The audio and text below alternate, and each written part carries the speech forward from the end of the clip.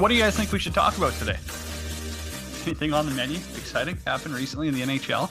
It's World Hockey Report presented by Lordco Auto Parts. Now open in Edmonton, Alberta on St. Albert Trail Northwest. Oh my goodness.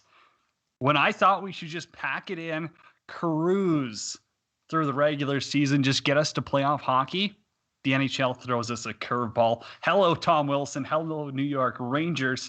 We're going to dive into it on World Hockey Report, presented by Lordco Auto Parts, household name across Western Canada since 1974. Lordco, proudly Canadian owned and operated, now finally in Edmonton. Much more than just car parts, newest store on St. Albert Trail Northwest. Huge selection of aftermarket auto parts, accessories, and a dedicated truck center. Whether you're looking for high performance parts, shop equipment, paint, body supplies, much more, outdoor gear as well. 7 days a week. Visit them today for an exceptional customer experience, or learn more about their products and services at lordco.com. Boy, a lot to get to here. We got Adam Ermintrout to open up the show. Former NHLer David Ling coming on here in about 17 minutes or so. And then to close it out, the guy, who I would say is probably the most passionate Rangers fan in the world. Also a great podcaster, blogger. It's Morning Skate Ked. Yeah, he's a friend of the show already. He's going to hop on. And oh boy, yeah, there's going to be some screaming involved in that one. Let's snap it over to Saskatchewan. Our boy, Adam Ermintrout, joining us now. Audio only today. That's why you're, get to see the nice fresh haircut. I kind of feel weird that you just feel a little big today. Whatever. What's up, Trout? How's it going? Not much, man. Just still trying to recover from all the hate I've been receiving online about the show and our account, and about, there's some comments about me and you. So you doubled down. You just kept doubling down. And honestly, at first I'm kind of like, well, you know what? We're not going to, we're not going to sell more shirts. You know what? But at the end of the day, I don't care. I'm not gonna, shy away from what I think. I don't think you should either. And that's what is so great about our platform. That's what makes World Hockey Report what it is we're just a non-bullshit, page. We're, it's the same thing. Doesn't matter, podcast, live show, blog. Doesn't matter what we're doing. We're going to give our 2 cents, and we're not going to be fake about it. Yeah, and people are like saying all this shit to us, and in like our DMs and just online, I'll like reply with a GIF or something like that. Somebody's like, I'm going to go over other places for hockey stuff. It's like, good, like, look, dude, like this isn't our livelihood. We're not full-time jobs. Like, we have numbers like we would be a full-time job, but whatever. And like, we're going to stick to what we are and what our thoughts are. And we don't have some big corporate CEO telling us, hey, like, you can't say this, you can't say, like, we can, like, we're good dudes and stuff. But if it's our own hockey opinion, we can give our hockey opinion. That's why we created the show from nothing. And that's what's so great about it too, is even, the people who do support us, whether it's 12 Ounce Sports, the Hockey Podcast Network, all of our great sponsors as well, is they give us this platform. They give us the opportunity where it's, hey, you know what? Give your thoughts, be authentic. That's where we come in. You know what? Hey, we haven't played in the NHL. I attempted to play hockey. Didn't work out great. That's why I'm here right now. But we can give our takes. We can give our thoughts. And yes, I'm an old school hockey guy. We're Sasky guys. We play hockey the right way. We're not here for a skills contest. We're not here for 3-on-3. We're here for hockey common sense. And that's where Tom Wilson falls into our fandom. We're going to side with Tom Wilson for the most part. We spoke against him too when he hit Sundqvist. When he's made some terrible decisions. Even that hit against Boston earlier this year, we called it dirty. It's not like we're going to defend this guy through the thick and thin. But again, for a play like this, that, as we saw last night with Crosby and Konechny, I believe it was, it's a hockey play. Yeah, he shoved his head into the ground. Yeah, he gave him a couple of punches that were cheap. It happens every night. It happens almost every game. If it doesn't happen in a game, it's because it's probably two irrelevant teams. But to say Tom Wilson deserves to be suspended for life, for the season, for that, it's asinine. It's insane. If Panarin doesn't want to put himself in that position, don't jump on his back. Not that hard. If I was in an NHL game and I jumped on Ryan Reeves's back and didn't expect to get my teeth caved in, didn't expect to get slammed into the ice, then that's my own stupidity and no one else's. Yeah, and the pushing the head into the ice, like if you're on top of the guy, that hurts way less than like getting your face just beat in like on ice. Like you're just pressing a guy down. I mean, there's that.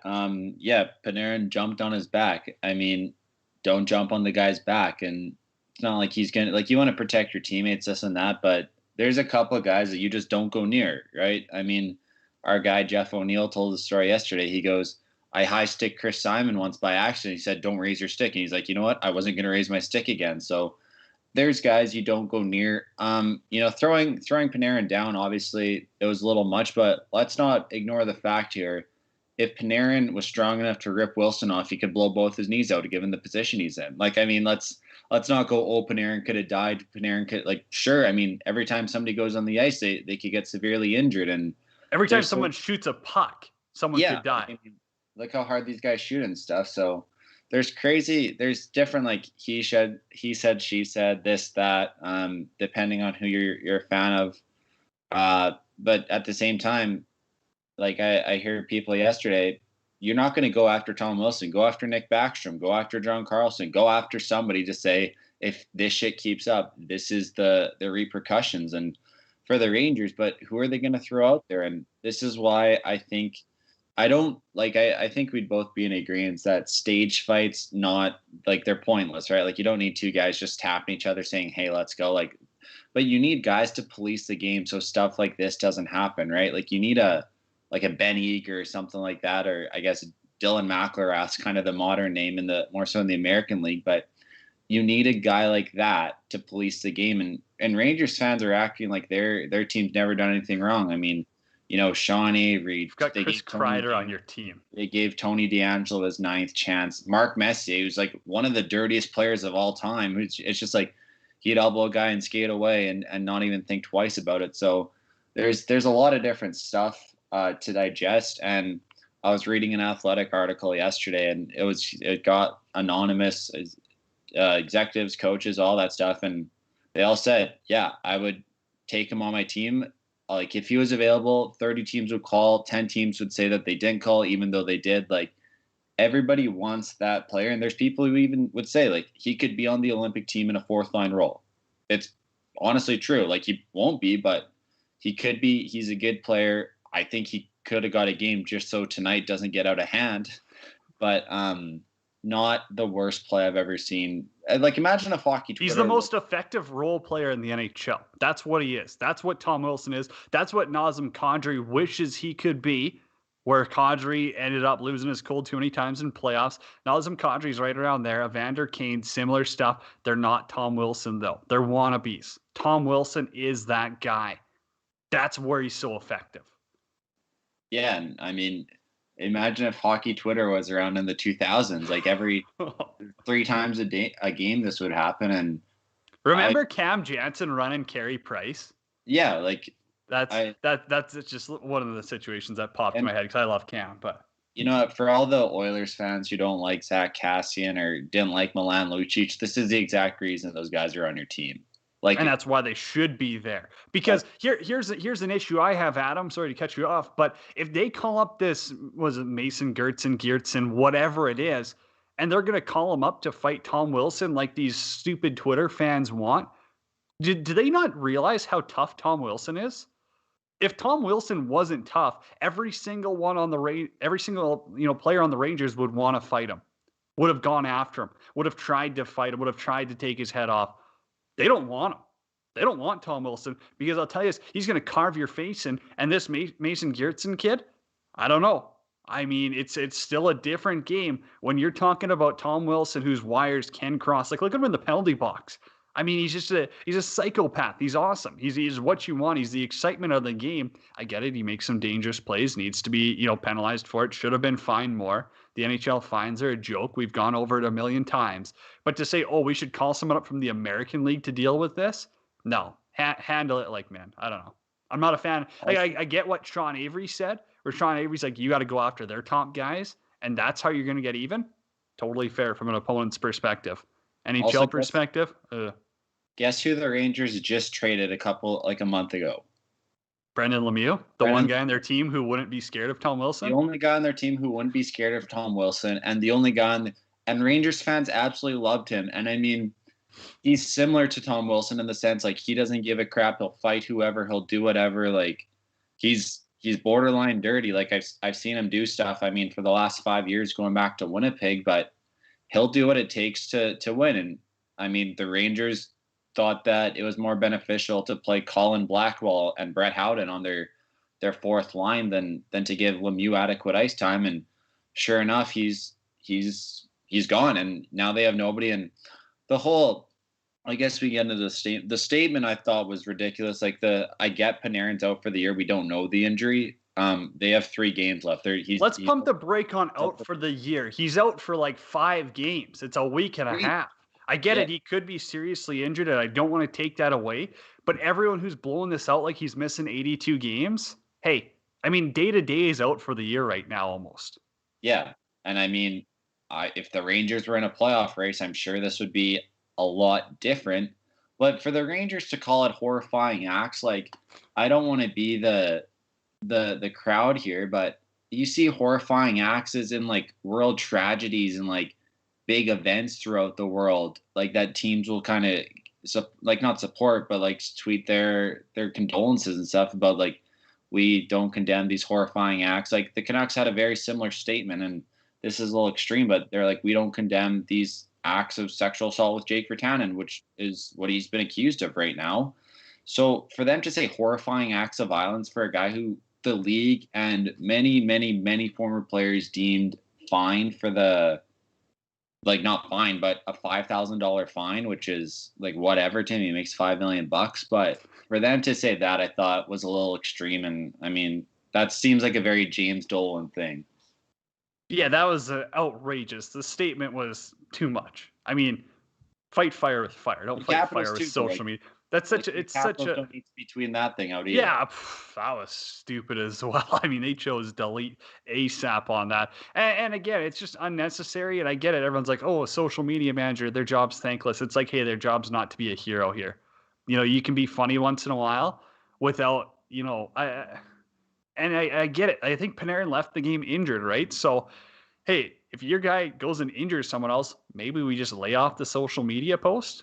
Like, I don't know if that crosses your mind at all. It'd be like Kreider going and running Carey Price, and then the Rangers tweeting out Chris Kreider chose violence. It's like, no, if his skate blade hits Carey Price in the wrong spot, it's going to hit an artery and he could bleed to death.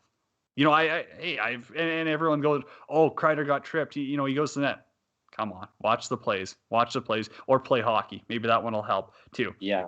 As someone who, was a goalie, I got a skate blade in the groin. I know I'm lucky enough, an inch the other way, and that hits a major artery. I mean, that's a 10 minutes to the hospital or you're in serious trouble. So for the Rangers to play innocent here and call that a horrifying act when, I mean, as you said, Tony DeAngelo, other incidences, Kreider in particular, I don't know. It's pathetic. It's embarrassing. It's pathetic. And yeah, that's where I'll stick.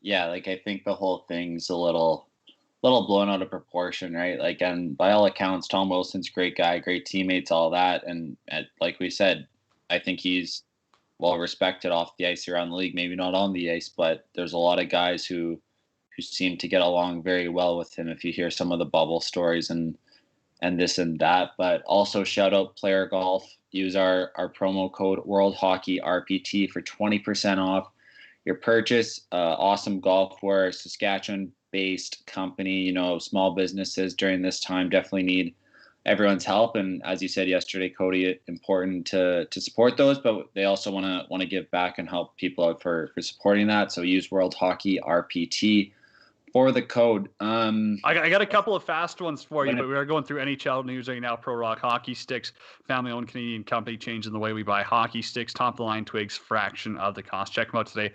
prorock.com. I got a couple of quick ones for you. What's more impressive, Michael Hauser starting his NHL career 2-0 or Spencer Knight going 4-0 to start his? Oh, I think Michael Hauser for sure, because Spencer Knight's supposed to be here. He's supposed to be the stud. He's won everywhere.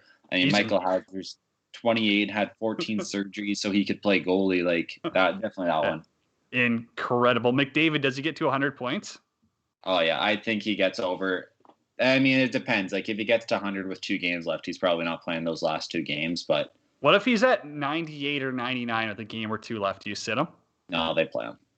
What if he gets injured in those when you're trying to get him to 100 points? It'll be like a no-hitter. Like they'll spot him on the power play. Like, hey, these games don't mean much. Like spot him on the power play, this, that, Is that really what Dave Tippett does? Oh, I mean, if if they are on game, if they've clinched second, which they basically have at this point. Is Cole Lind the top line player for the Vancouver Canucks right now? I mean, best Corsi again last night. He fits in like a glove there. I mean, he didn't miss a stride. Yeah, man. I was talking to him a bit. I think he's played really well. I mean, you look at his first 4 NHL games, he's out against Matthews, Tavares, and McDavid. And then I think yesterday more so Nugent Hopkins. But I mean, he's played well. I think he's made some good plays on the wall. There's been a couple plays like yesterday. Pearson pretty much had him for a breakaway and he dumped the puck in. And a couple times, I mean, he's been had. But I mean, for Vancouver, they're trying hard. I mean, they just don't have it. Taylor Hall in Boston, does he move the needle there? Are they now a cup contender again? Yeah, I mean, I think so, just because that second line was just such a black hole, right? Like the David Krejci pretty much had anybody under the sun playing with them on that line. I'm still worried a bit about their defense, and the goaltending solidified, but it isn't. Like they think Jeremy Swayman's like this, that, or whatever. But I think that whoever comes out of that, like the first, out of all the divisions, I'm most excited for that one. Like Boston, Pittsburgh, Washington, the Islanders, like that should be some good hockey. Unreal. Okay, NHL news for Pro Rock Hockey Sticks. Adam Ermentrout, Cody Jansen with you here on World Hockey Report. Follow us on Twitter at World Hockey RPT. Coming to you live on 12 Ounce Sports. Adam, any last NHL news thoughts or just hockey thoughts in general? You got to get out there? Yeah, man. Winnipeg's been a little ridiculous lately. They've lost 7 straight. They're tied with Montreal somehow. They suck. Montreal sucks, and we better see an Edmonton-Toronto North final. Yeah, that'd be great. I mean, for Winnipeg, we talked to Kelly Rudy last week, and I agree with what he said, where he's like, yeah, you need some conflict, you need some hard discussions, but I don't think it was to the point where you lose 7 straight games, and Blake Wheeler, Mark Scheifele, Connor Hellebuck, Kyle Connor, like everybody's kind of pissed off there. I remember when the Raptors won the championship, Kyle Lowry pretty much hated Masai Ujiri, and then I guess after the trade deadline or something, they pretty much had a screaming match that repaired that relationship. So that's one player, one time, right, where you just hash it out. But this thing in Winnipeg, it's gone on for much, much longer.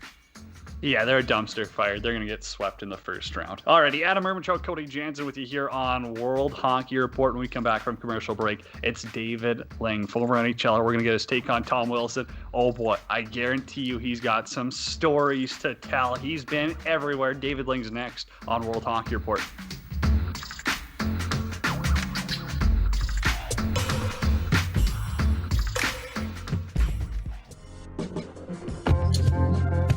Lordco Auto Parts has been a household name in communities across Western Canada since 1974. Lordco is proudly Canadian owned and operated, and now they're in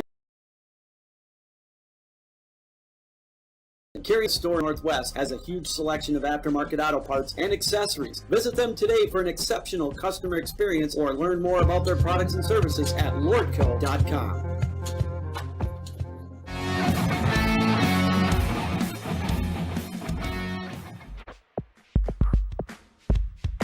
Refreshingly different, Cocoa Vodka and Cocoa Rum is a vacation in a can. The best drink you'll ever have is now on more shelves than ever. Enjoy the Cocoa life made with high-quality ingredients. Check us out today at enjoycoco.com. We are the real deal. Cocoa Vodka and Cocoa Rum.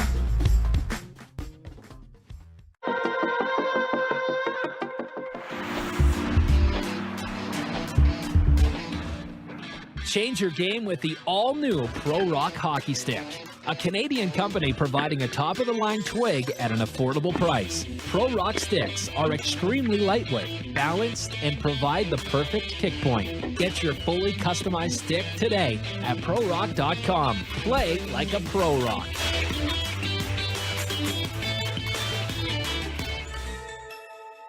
Welcome to MyBookie. You're ready to create an account and start making money, and we're here to help. And remember, you can get a bonus of up to $1,000 on your first deposit. Now you're ready to bet. Just go to mybookie.ag, visit the sportsbook, click on your bet, and input the amount you want to risk or win in the bet slip. Yes, it's that easy. Just remember, at MyBookie, you play, you win, you get paid.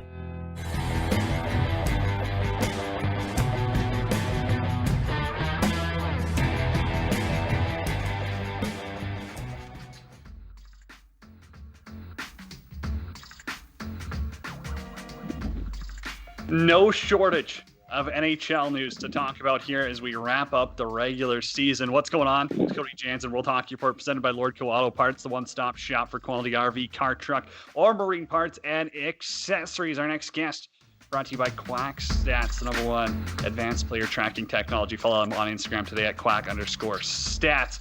It's David Ling, former NHLer, joining this show. Spent time pretty much everywhere, any country you can name in Europe. He got some time over in Russia too. We'll dive into that.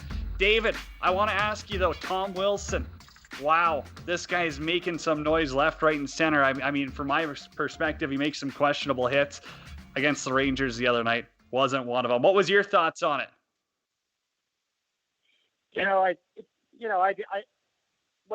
watched it, I'm like, oh, he's going to get something here, just being a repeat offender. But then when you watch it a little bit closer, the fine warranted. I think that I love watching him play. I think he can score. He can rough it up, and every team wants him. He's your ideal player, eh? I mean, when I think about how you were playing, especially in Columbus there, like you were buzzing around, you were hitting guys, but also, I mean, in the O-zone, you created chances. I mean, you ripped up the American League multiple times. Like, he's literally a new modern version of you, right? In your prime. Well, you reflect on your own game, and it was a skill game that did have toughness, and he's a lot bigger and a lot faster, but he brings both those aspects. He can score, he can play in the top line, and he can rough it up with any of them. Well, David, hey, I appreciate you hopping on the show here, and there's one story I really want to get out of you because, I mean, you fought Chris Chelios.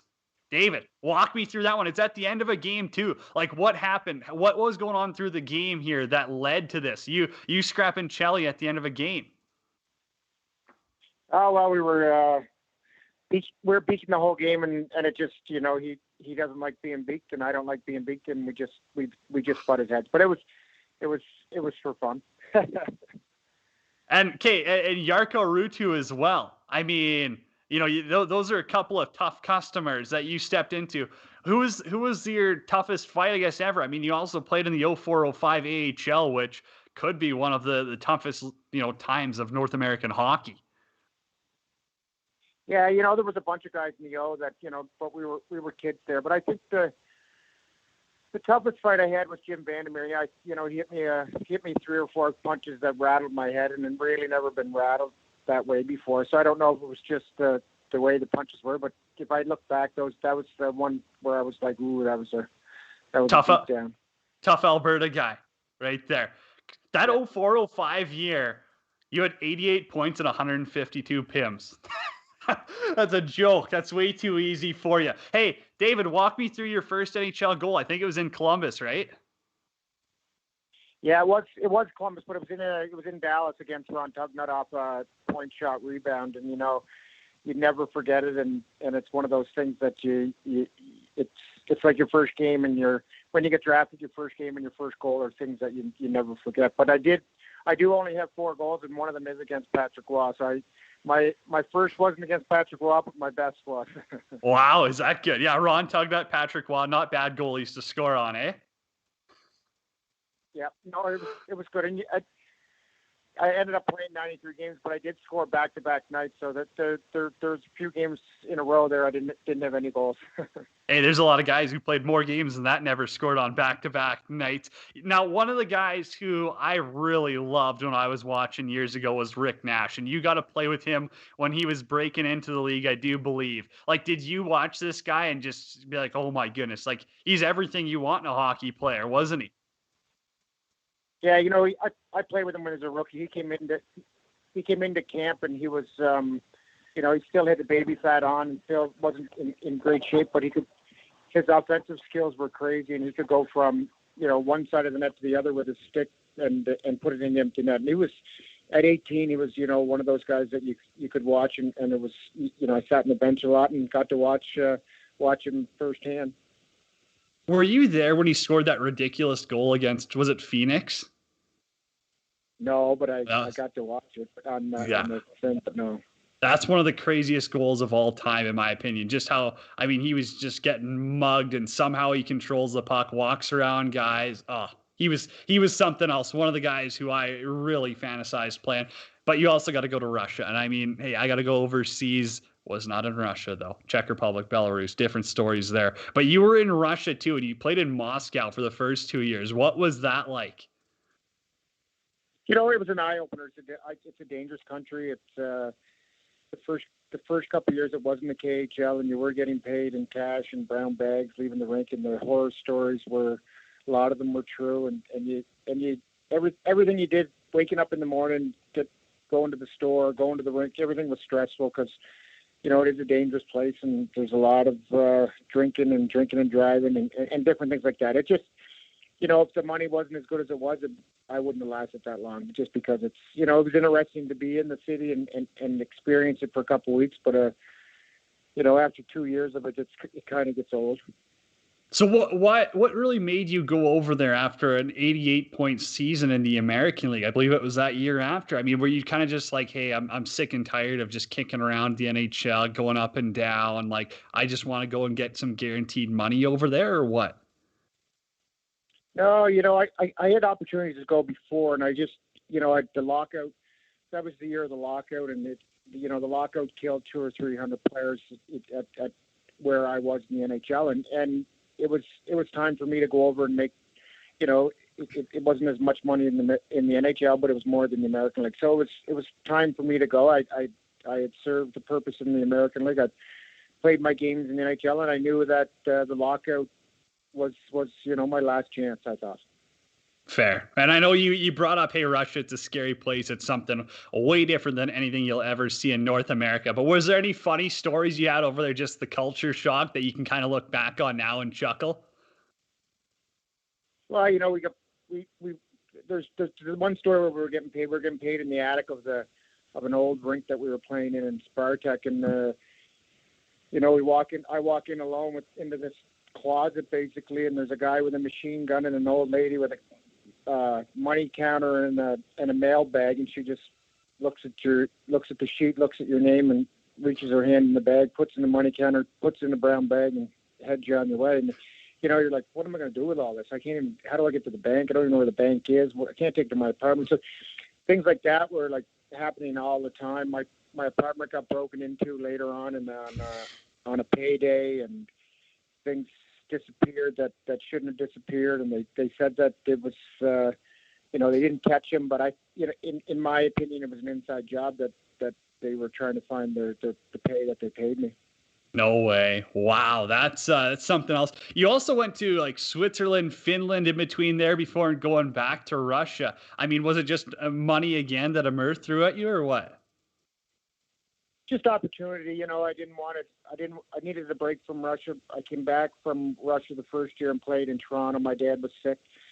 Finished that year out, and then I knew that I was heading back over, and I didn't really want to go to Russia at that time, and Switzerland came, and Switzerland, the Swiss A League over there is the third or fourth best league in the world. So it was an opportunity that I got to see a different part of the world and get to play in a really competitive, talented league. What made you end up going to the EIHL? I've had so many buddies that have played in that league. Like, was it kind of, you're just like, hey, I want to go tour Europe? Did you go to school over there? Were they throwing money around? Like, it's a league where, yeah, you went and ripped it up, obviously. Offensively, you're going to be one of the best players there, but it's also, there's some tough customers.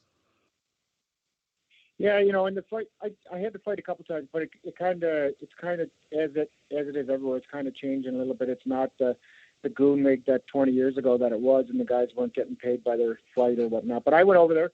I had an opportunity to take my MBA at the Nice. time. I ended up getting pretty good money and getting a free master's program. So it was an opportunity in my career that I knew that, you know, it might not have been the best league that I could have went to at the time. I knew that maybe I'd leave after, but I needed something in school to fall back on, just to say you have that degree, because, you know, you don't really need the schooling that you use, but you need that piece of paper, as we all know. 100%. What's it like playing in Italy? I know you made a couple of stops there as well. I've had buddies who have played in kind of the depth leagues and stuff, and the second Alps League, whatever. But like, what was it like there for you that attracted you back? I mean, were they chucking around cash? Was it just a great living situation? Or was it just somewhere you felt comfortable in? Like, I know it's a pretty laid back country. Like, why Italy?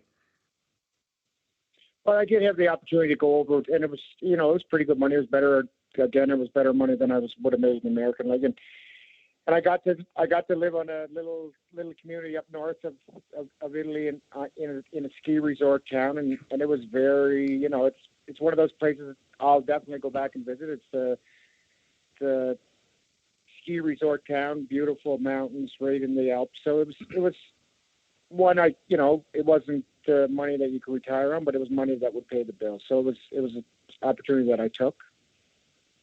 And I was getting older. I mean, you know, I'm not at 40 years old, 38 years old. I wasn't as skilled as I was at 30, even though, you know, some of the options in the better leagues weren't there anymore. Now, you say you're getting older, but you're still just dummying guys in senior AAA and still lighting the lamp. So I'll throw that out there because I know you won't. Hey, I want to go back to a couple of those Marlies teams. I mean, just looking at the lineups, you played with some real characters there. Who was some of the funniest guys you played with? And you got to have a good prank story for me. I don't know. There was a bunch of good guys on the team. Jeremy Williams, Ian White, they were young kids coming up. Kyle Wellwood, you know, those were guys that were good guys. We got to play with this. There was a kid from Vancouver, Nathan Barrett, who was he liked to joke around, like to have fun, and there was things that you know, the two stints I had with the Leafs farm team were two of my favorite and best years. Yeah, not a bad place to be, especially for the American League. David, I appreciate you hopping on the show. Please, though, I got to ask. I mean, you know, what are you up to now? What's keeping you busy? I know you said you got your master's. I believe you're in the financial industry. Please plug what you're doing right now and how people can connect. Yeah, you know, look me up on social media. I'm working with IG Wealth Management, helping people get into a situation in retirement that's, you know, a success, and they're able to enjoy their final years and pass on the money away. So I'm working with IG Wealth Management, and look me up if you just need a second opinion on where you're at. David, you're the man. Hey, I appreciate you hopping on the show here, telling on the stories and reliving some memories. Anytime. I'll come back on if you need me. Take care, David.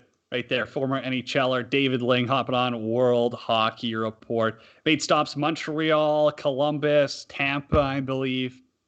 And hey, he ripped up the minor leagues. Played everywhere too. It's interesting. Usually when you get guys who go over and play in Russia, they'll sit back a little bit, be like, yeah, it wasn't the greatest, you know, whatever. It was nice to have a fresh, authentic's the word of the day, so I'll stick with that, an authentic opinion. He said, hey, it was scary. You go to the grocery store, it's stressful. He had his apartment broken into. He's halfway around the world. Imagine doing that as someone getting paid in cash playing hockey over in Russia. Oh, how times have changed. That's wild. Funny stories. Awesome guy, though, too. You got to play in Nottingham. I mean, you know, I think the same place that Cam Jansen played at. They treat guys good in the EIHL. I think they just won the EIHL Survivor Series or whatever they were doing, too. Maybe it's not the Survivor Series, whatever they were calling it, their little EIHL playoff. Shout out Nottingham Panthers, I believe it is. Also, nice first NHL goal on Ron Tugnut. How are you? That works. His take on Tom Wilson as well. I know we maybe we glazed over that at the start, but again, what did he think, or what from Panarin's perspective did he think he was getting himself into? Tom Wilson, everyone knows how he plays like a firecracker. A spark plug. He's not afraid of anyone. He doesn't care who you are. He's going to throw you to the ice. He's going to punch you, and he's going to pick up a win. That's why he lifted the cup over his head. Not many players get to do that. As many people want to sit back and be like, that's what the game needs to get rid of. That's what every team wants, because every team wants to win the Stanley Cup. That's the only damn reason they're out there, is to win the Stanley Cup. And they know that if Tom Wilson is on their team, they got a better chance than if he's on the other side of the ice. Simple as that. We got Morning Skate Ked coming up here next. It's going to be talking, a lot of Rangers stuff. And yes, I will ask him about Tom Wilson. Yes, it's going to get heated. It's going to be fun. He's a friend of the show. I mean, he's one of the best in the podcasting industry. We will dive into, Adam Fox as well. Maybe some Lafreniere talk. One thing I did have to mention, and hey, you know what? Maybe gambling Cody's not always the best here. But for mybookie.ag, our bets of the night, on fire every Wednesdays. On weekends, no. Do not bet the farm on Edmonton when I say that. Half the time I'm happy to mush them because, hey, if the Flames win, woo, it's a double win. I'll pay for that one. But also Tampa this weekend, what are you doing? A 1-0 game against Detroit? You lose in a shootout to the Detroit Red Wings? And then you barely beat them 2-1 the next night? I don't know. I thought Tampa was, a fair contender to have a shot at back-to-backs. Don't like it. Don't like it at all. And I get it. You can't be on too big of a high. You can't peak at the wrong time. I don't know what the opposite of peak is, but this is the absolute opposite. They're playing like trash. And the Detroit Red Wings should never be in a game with this team. Simple as that. But hey, if you are going to bet, go to mybookie.ag, use promo code 12OZSports. All caps, no spaces, mybookie.ag. They're going to match your first deposit up to 50%. I'm all over the Cubs today. Hey, back-to-back, doubleheader win over the Dodgers.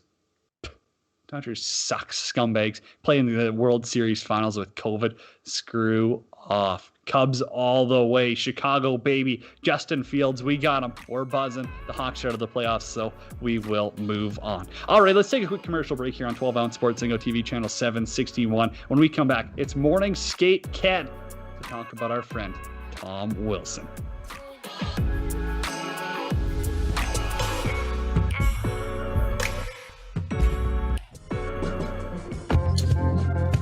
Lordco Auto Parts has been a household name in communities across Western Canada since 1974. Lordco is proudly Canadian owned and operated, and now they're in Edmonton. Carrying much more than just car parts, their newest store in St. Albert Trail Northwest has a huge selection of aftermarket auto parts and accessories. Visit them today for an exceptional customer experience or learn more about their products and services at lordco.com.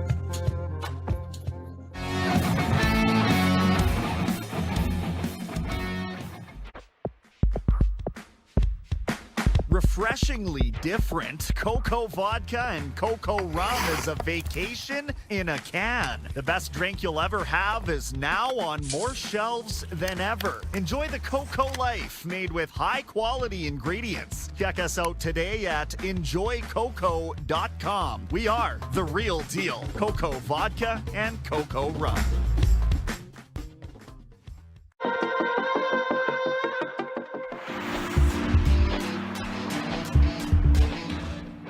Change your game with the all-new Pro Rock Hockey Stick, a Canadian company providing a top-of-the-line twig at an affordable price. Pro Rock sticks are extremely lightweight, balanced, and provide the perfect kick point. Get your fully customized stick today at prorock.com. Play like a Pro Rock.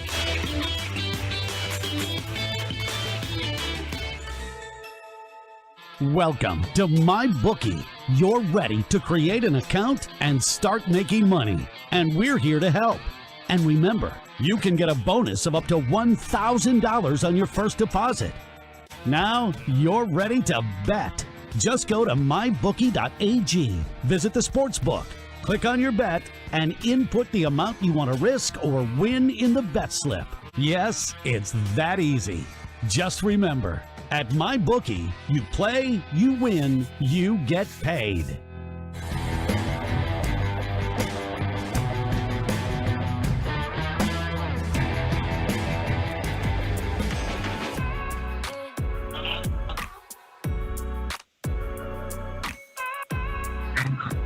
As much as I wanted to talk about Champions League soccer today, we kind of got other headlines. And if you haven't been on Twitter, I would suggest, throwing your phone in a river for the next 24 hours. Our next guest, Morning Skate Cat, brought to you by our friends at Coco Vodka, Coco Rum. The weather's getting nicer out there, of course. You're going to need something to sip on when swinging the sticks, lighting up the barbecue, watching the playoffs. Refreshingly different Coco Vodka Rum coming up with new cans in Canada, and flavors are next. Enjoy the Coco life with us. Lime or pineapple. It's high quality ingredients, no fillers, no beer bloat, no cheap liquor. Coco Vodka, Coco Rum. You will not be disappointed. Our next guest, right from the Morning Skate, one of the best podcast blogs out there. Go check them out for sure. I think it's morning_skate on Twitter. It's Ken joining us. So, Ken, I'm going to assume that Tom Wilson isn't in your good books, and you're probably canceling your order for his jersey, correct? Yeah, a little bit something like that. Now, but I kind of want to say this before, I go off on this guy. When he plays the game the right way, man, he is one of the most effective players in the league. In the fact that nobody's that big, nobody's that fast, nobody finishes their checks the amount of times this guy does. I mean, he is everything that a team would want on their team. And dude, if he was on the Rangers, I would fucking love him. That's just what it comes down to. My issue with everything that happened is the last time he got suspended, he buries Brandon Carlo's head into the glass. He does this teary little thing where he's like, listen, I know I have to change my game. I worry about player safety, all this stuff. And then you see what he does the other night, and it's everything that he said, but exactly the opposite. And it's the same thing with the league. The hypocrisy that is going on with this little fucking thing is insane to me. It's nuts. So from a Rangers fan perspective, the Buchnevich punch is the worst. I just butchered that name, but that punch is what got him fined, not the Panarin body slam, whatever you want to call it. How much responsibility are you putting on Panarin for, just jumping into the battle, say jumping on his back, whatever you want to call it, for engaging with Tom Wilson? You know what it is, man, is you see this happen a lot, I think, where there's scrums kind of going on, and you see kind of elite level players like a Crosby or a McDavid or a Sagan or somebody along those lines kind of coming into the scrum and just grabbing somebody. And normally when that happens, the person kind of recognizes that, okay, I respect this player, right? I think I would say 99 times out of 100 times the situation's immediately settled down. Panarin didn't jump into that scrum thinking Tom Wilson was going to start fucking freaking out. He jumped into that scrum to be like, hey, Willie, can we kind of settle down here? And then the chicken shit pulling his hair and slam him on the ice and then pretending like he's fucking Fulton Reed in the box. And here's the thing, man, it's kind of hard for me because I love the mentality of old school hockey, dude. I love watching playoffs in the 90s and shit. It was an actual jungle. That's what hockey was. Now it's a different game, whatever. But you have the NHL kind of saying hey, listen, we want to eliminate headshots. We want to eliminate unnecessary, I guess, violence, I guess. And then you have this happen, clear as day. And on top of this, guys, the NHL knows the Capitals are playing the Rangers the next game, right? At the very least, how do you not suspend the guy one game? I think the Rangers fans would still be pissed off that it was only one game. But knowing what's going to happen tonight now because of this, it makes no sense to me. Yeah, it'll be very interesting to see. It's World Hockey Report. Cody James and Morning Skate Canada with you here, presented by Lordco Auto Parts. Learn more, lordco.com. Follow them on social media at Lordco Parts. Let's dive into the statement now, because that's another thing. And Adam had more of an issue with it than me. I mean, he talked about it earlier on the show.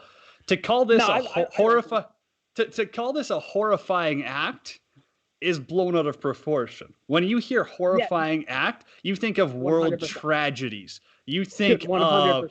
Of, death. You think of crazy murder.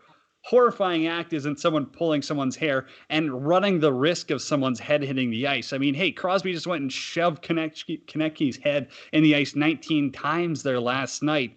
That's not a horrifying act. That's just, is it dangerous? Sure. Is it reckless? Yes. Ugh. The statement, too far. Calling for George Peros' head, though, that's funny. That's drama. I love that part. Yeah, and okay, so let me just read the statement. The New York Rangers are extremely disappointed that Capitals forward Tom Wilson was not suspended for his horrifying act of violence last night at Madison Square Garden. Blah, blah, blah, blah, blah.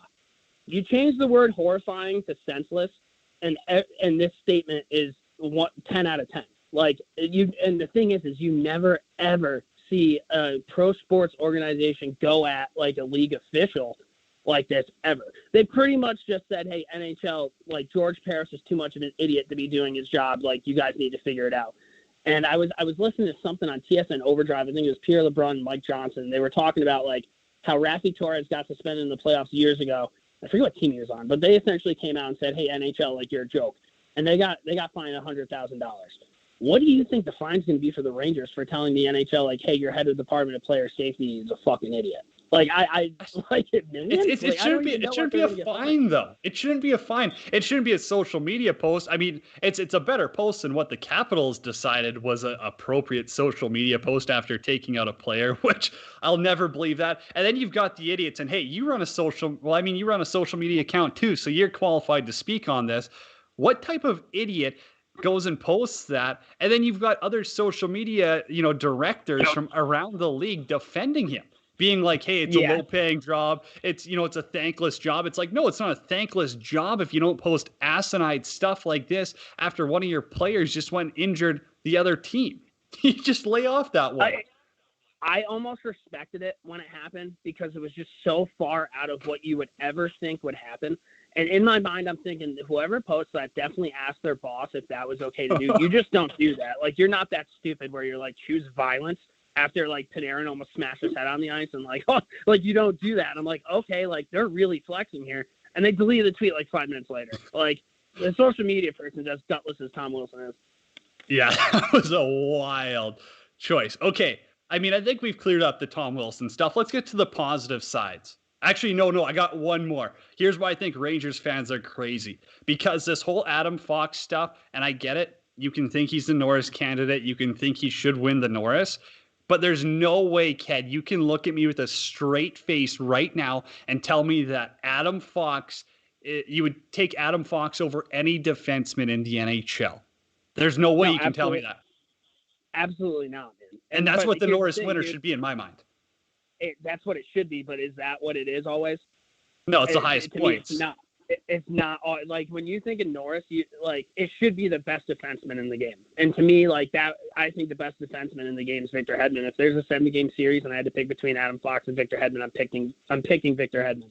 But that's not what the Norris has been in the past. Like, you've seen Erik Karlsson win putting up all these fucking points. Like, you see these guys win just because they put up points. And if that's how you're going to be doing it, the shit that Adam Fox did this year is insane. Like, the poise that he has with the puck and just like, and it's not even like all the assists and all this shit. It's just like him getting the puck in the corner and a guy coming at him and him just waiting an extra second and then moving the puck over. Like, he just has like these nifty little plays where he sees the ice that, like, I don't think Hedman has that in this game. I really don't. But in terms of like size and being physical and like being able to skate, like, one-on-one, I'd rather have Victor Hedman back there than Adam Fox, absolutely. But again, like, I don't think the Norris Trophy is for the best defenseman anymore. Like, that's apparently what the trophy is supposed to be for. But like in years past, that's not what it's been. And for that in itself, like, you look at the year. I mean, Victor Hedman, man, who's more important to their team? Is Victor Hedman more important to the Lightning, or is Adam Fox more important to the Rangers? And I mean, the Lightning, they have McDonough. They have fucking Sergachev. They have a lot of really good pieces back there. You look at the Rangers. If the Rangers didn't have Adam Fox, they would have lost a lot more games this year than they already had. So it's kind of, I guess it depends on what your definition of what the Norris should be. And to be honest, I don't think anybody really knows what the definition of the Norris should be. See, I got into it with a New York, I'll call it a newspaper writer, reporter, journalist, whatever you want to call them about that. And we'll leave it at that. I got some breaking news here. Rangers news. Holy cat, we're breaking it. John Davidson and Jeff Gorton fired from the Rangers. John Davidson, Jeff Gorton fired. This is per Larry Brooks right now. Chris Jury's going to remain with the organization. Give me your reaction live on World Hockey Report. I just saw that. Holy shit. Okay, well, they must not have gotten fucking clearance for that statement that they put out yesterday. Wow. They just shot from the hip. That's insane to me.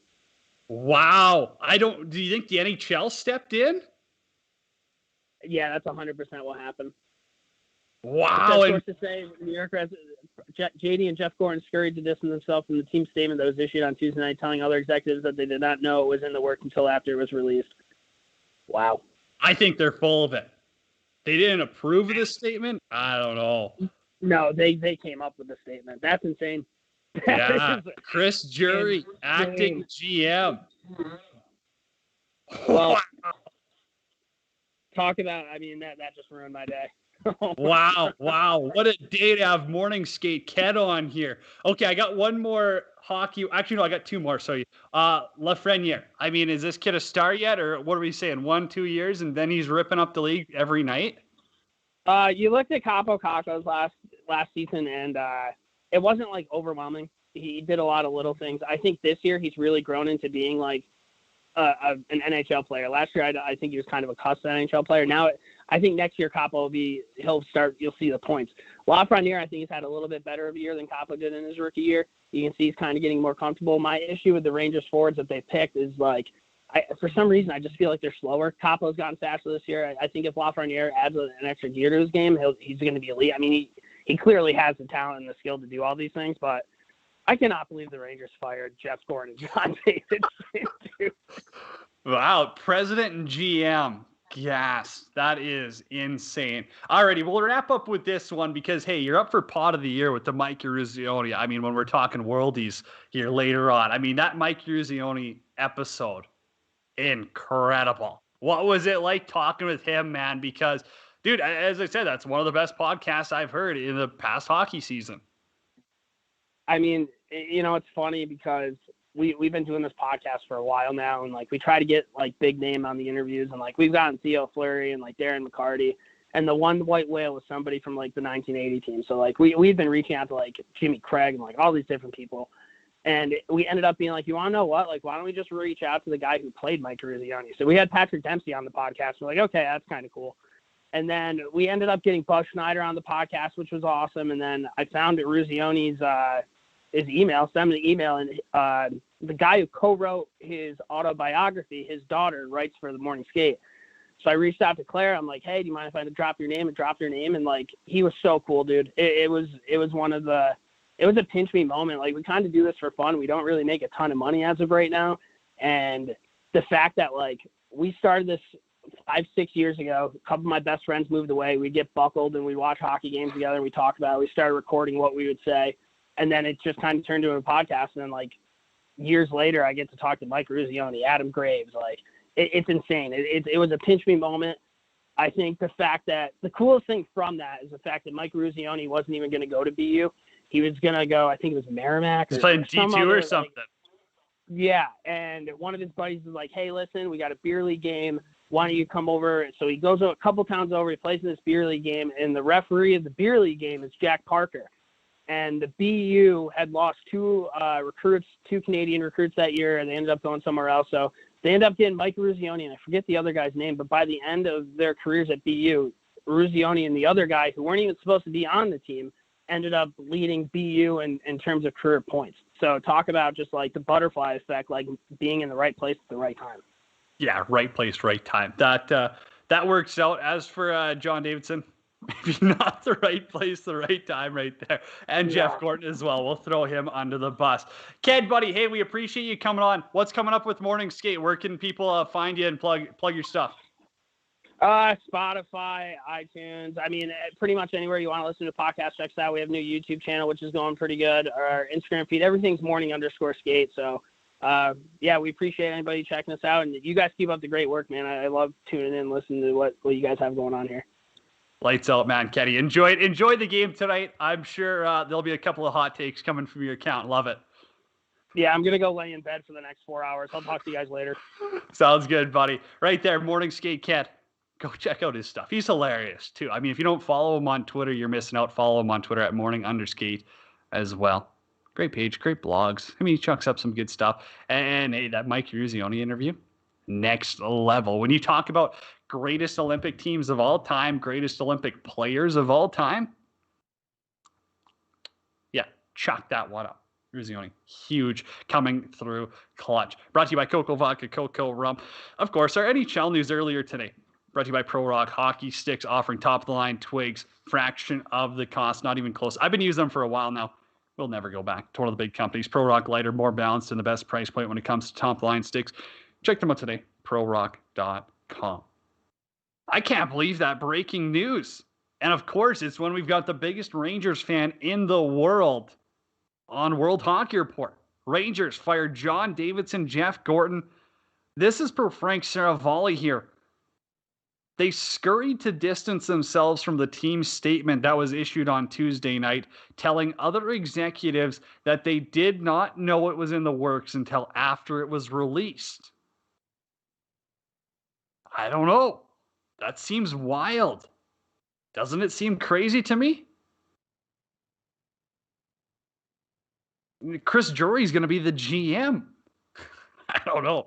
It seems a little insane. Rangers drama times 10. Up that up a little bit more. So maybe, I mean, Quack Stacks, we might as well bench someone instead of just giving them an interview tag here. Bench someone today for our friends at Quack Stats, the most advanced player tracking technology. I'm going to bench the New York Rangers as a whole. They should be suspended for a season. Sit them out. They're a mess. Their president, their GMs aren't on the same page. Their players aren't on the same page. They traded away their best player, most all-round player, and Brendan Lemieux. This team, I don't know. Kind of a mess. Yeah, we'll sit them on the bench. Hey, don't forget, teamed up with the folks at the Hockey Podcast Network to produce the pods, to download, rate, subscribe wherever you get your podcast from. That's the Hockey Podcast Network as well. 12-ounce sports, your home for the best sports talk, live sports broadcast, best blogs, 12-ounce sports. Be sure to check out Pete's Power Plays. I mean, every time I see this guy going up money, I'm like, yeah, I probably should have followed him. But instead, I bet with my, not even heart, brain, I don't know. I just bet with my fingers. I'm just like, yep, Oilers, money line, puck line, send it. Go follow Philly Pete. He'll win you some money. Huge thanks, though, Adam Urbantrout, David Lang, Morning Skate Ked, for hopping on the show. For our great sponsors, Lordco Auto Parts, Pro Rock Hockey Sticks, Coco Vodka, Coco Rum, Player Golf, Quack Stats, MyBookie.ag, and the Hockey Podcast Network. That's going to do it. Download the podcast wherever you get it from. Until next week, everyone, be kind, be better.